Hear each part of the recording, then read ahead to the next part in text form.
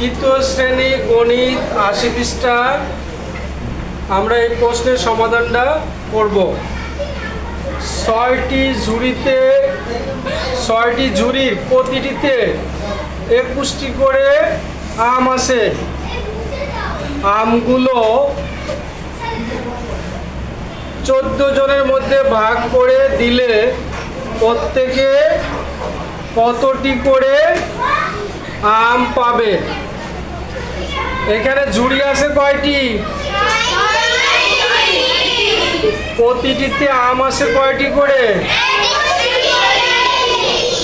তাহলে ৬টি ঝুড়িতে কতগুলো আম আছে এটা আমাদের প্রথমে বের করতে হবে। প্রথমে আমাদের কি বের করতে হবে?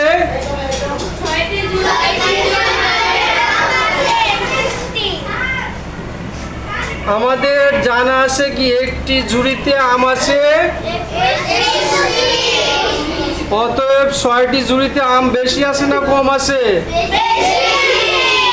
বেশি হলে কি করতে হয়?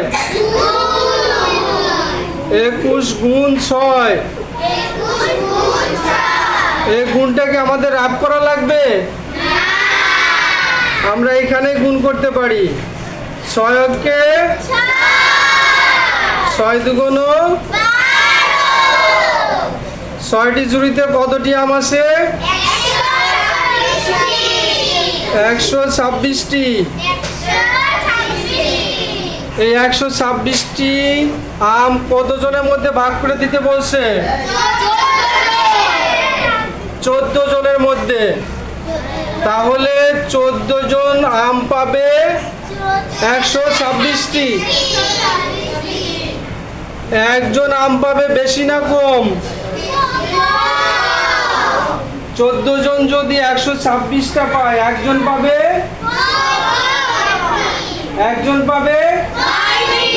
কম হলে কি করতে হয়? ১২৬-এ ১৪ দিয়ে ভাগ। ১৪ ঘরের নাম তো আমরা পারি। অনেকেই ১৪ ঘরের নামটা পারি না। এখন আমাদের কি করতে হবে?